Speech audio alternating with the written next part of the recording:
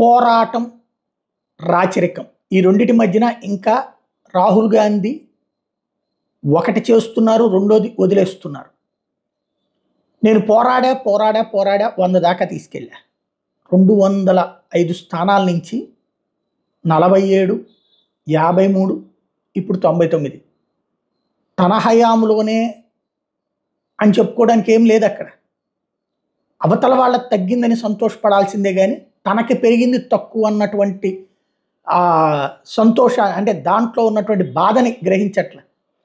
3 సార్లు అంటే 15 సంవత్సరాల రాజకీయం, 3 సార్లలో కేవలం 47 దగ్గర నుంచి 99 దాకానే వచ్చారు.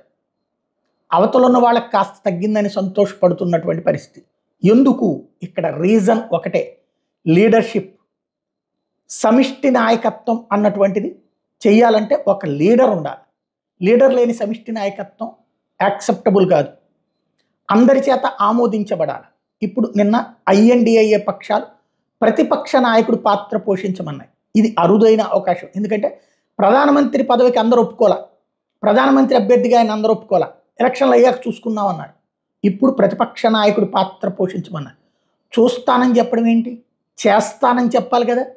అంతమంది అడిగినప్పుడు టోటల్గా విపక్ష నాయకురాలుగా మళ్ళీ సోనియా గాంధీని ఎన్నుకున్నారు, ఇది పార్లమెంటరీ పార్టీ నాయకురాలుగా.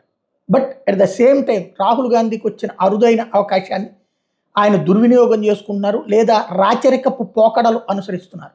ఇప్పటికైనా ఆయన గ్రహించాల్సింది, తీసుకోవాలి, విపక్ష బాధ్యతలు తీసుకోవాలా.